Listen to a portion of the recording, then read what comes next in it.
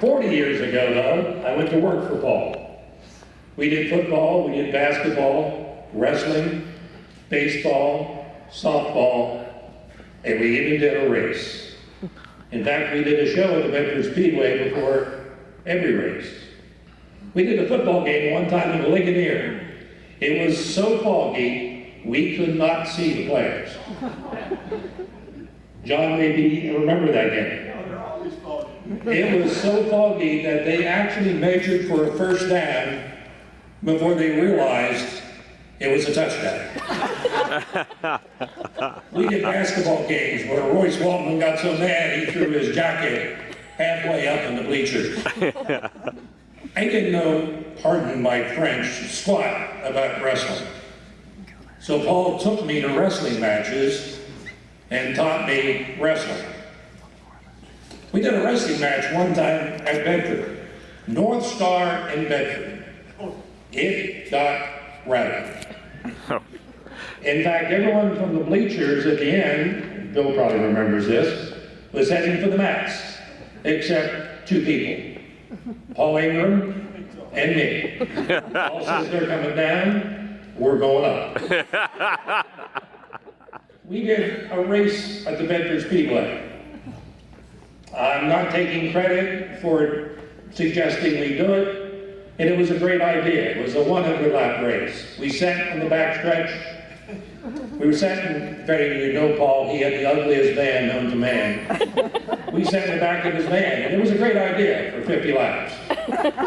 Trouble is, it was a 100-lap race. We could see perfectly for 50 laps.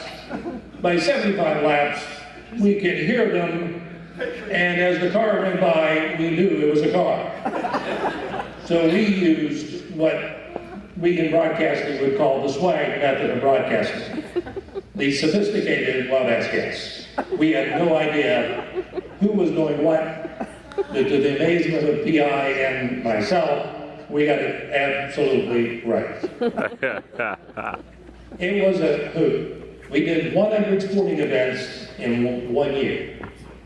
Stop and think about that. A lot of people enjoy the high school sports because of Paul Ingram. Just stop and think a little further. How many of you or your parents, your grandparents will not have heard Bob Prince? Will not have heard Fran Fisher of Penn State and John Grant and George Paterno? Wouldn't have heard the legendary Byron Code if not for the pushing of Paul Ingram and later the ownership of Paul Ingram. So in my opinion, the legacy of Paul Ingram is he put the sports in Bedford County Broadcasting. And it's my honor to be here tonight for his induction into the 2016 Bedford County Sports Hall of Fame, and better yet, to call him my friend, Paul Ingram. Yeah.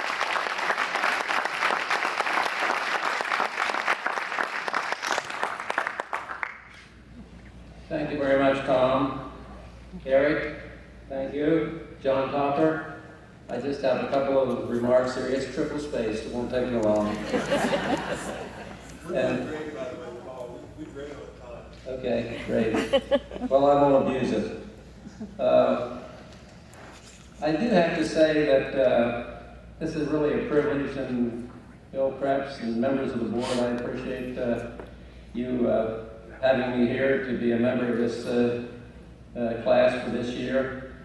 I'm not quite sure that I'm up to it when I took a look at who's being inducted this year. You've got the legendary coach from Tussey, Mr. Bailey. You've got Wayne Triplett, we heard all about, and war hero Barbara. I certainly enjoyed hearing about your dad. He was a great guy. And of course, the incomparable John Waldman that we also had great stories about by his son. We appreciate that all. So that, along with Missy, Julie, and all the rest, makes me truly honored to be a part of this group.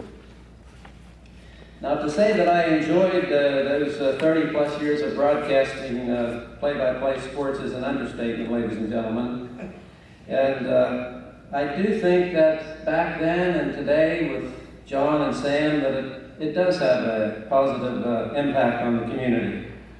bringing the game into the homes of people who can't, for one reason or another, be there, broadcast in the workplace or your automobile.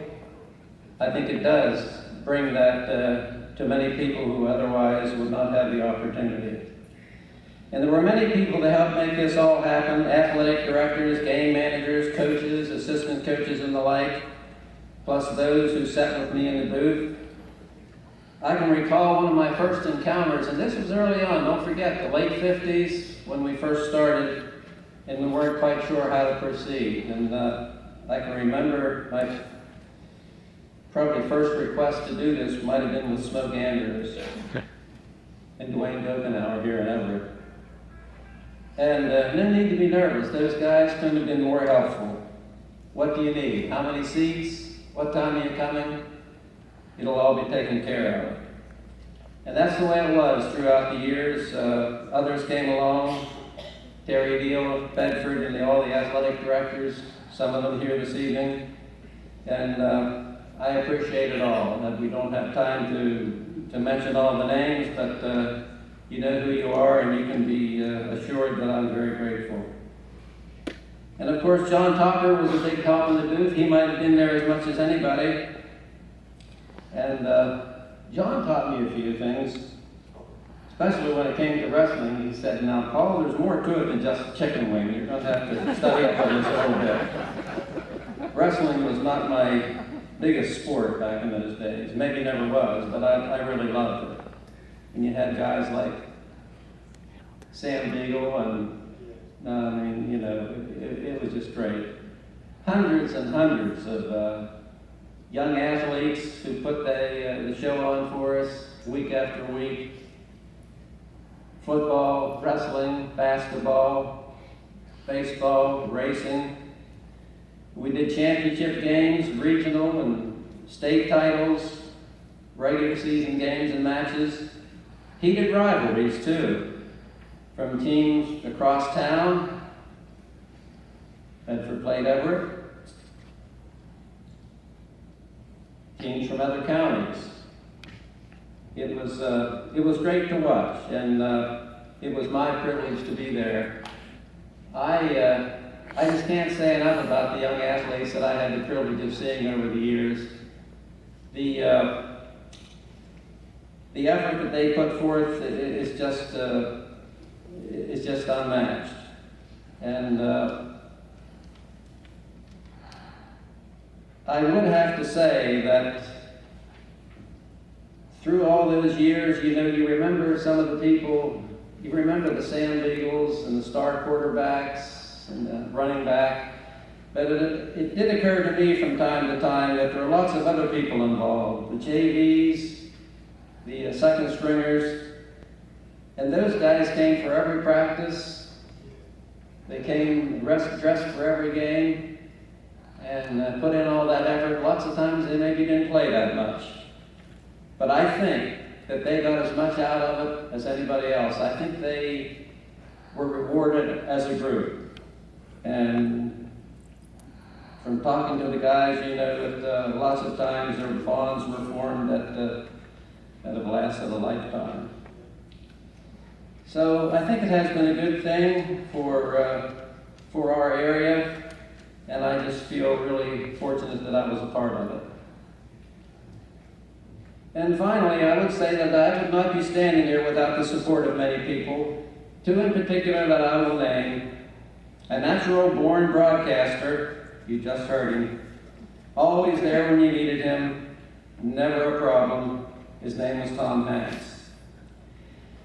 And as I was digging through my summer duds here recently, I came across a t-shirt that had on the logo here, 3-point dinger. Uh-huh. And you know, as I've gotten a little older and hopefully a little bit wiser, I have come to realize that our friend George Sorenko was no ordinary broadcaster either. George had something that none of us have. Not me, not you, Tom, or you, John, or Sam. When George went silent, we all lost.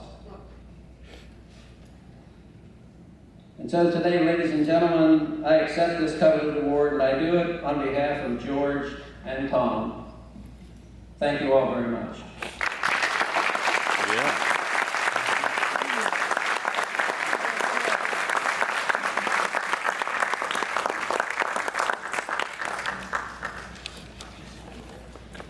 Krebsey's coming up.